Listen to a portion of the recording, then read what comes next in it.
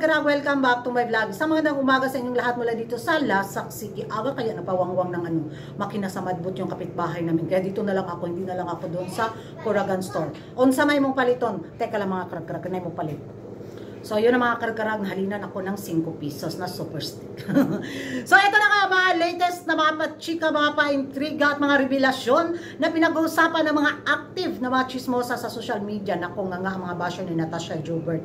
Saka pang babash bitaw sa kanya sa pagkapanalo niya sa Corona sa Miss Supranational 2023. Dahil bakit pa daw sumali itong si Natasha Joubert, gayong nakalaban na ito sa Miss Universe 2020, di ba? Naging kalaban siya ni Rabia Mateo, which is na El Tocuyo talaga siya. So, sa panalo niya sa Miss South Africa 2023 crown. So, marami ang nadismaya sa organisasyon. Dapat minigay na lang daw sa mga ibang kandidata yung moment na yun ni Natasha ba para bigyan ng chance yung iba. So, mga karag-karag, ay, napanganga yung mga basyo ni Natasha dahil nga sa revelasyon ni Natasha Joubert, mga karag-karag. Panoorin ninyo ito. Action is to be Miss South Africa.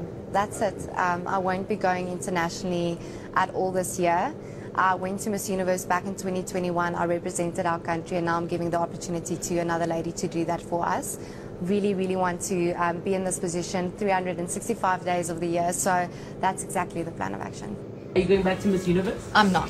You're not? I'm not. I am yet to be Miss South Africa for the full year. I'm not going to Miss Supranational. This was the goal of coming back, was serving my country.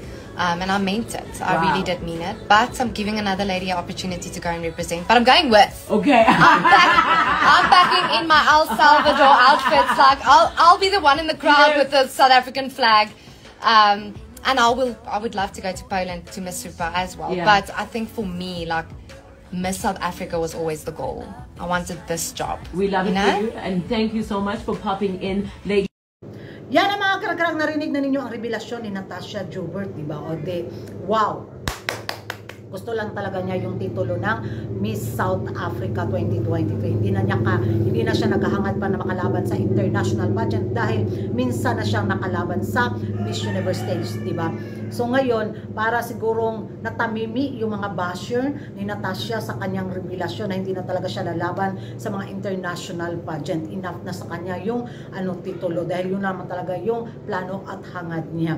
Naku, nalalo akong na-inlove sa kanya, mga karak-karak. Sa kanyang napaka open-minded bitaw na beauty queen na give chance to others din. Sana tularan, di ba? Ay, ang mga basher ngayon sorry na. Pastilan, Jod. So, good job, Natasha. Mapawaw ka bitaw na. Wow, talagang inisip din niya yung ibang mga kandidata na ibigay din yung moment sa iba para maranasan nila yung naranasan niya na sana hindi rin maiktukoyo yung ipapadala ng Miss South Africa ngayon sa Miss Universe at saka sa Miss Supranational. Ay, karag-karag, yung masasabi nyo? Mag-ingay tayo sa comment section at kung bago ka pa lang sa channel ko at kung hindi ka stressful sa mga pachika, mga pa-intriga at mga pa-iskandalo sa mundo ng beauty pageant, naku, subscribe ka na. Updated si Curagan. And thank you for watching. See you in my next vlog. Bye-bye. Oh!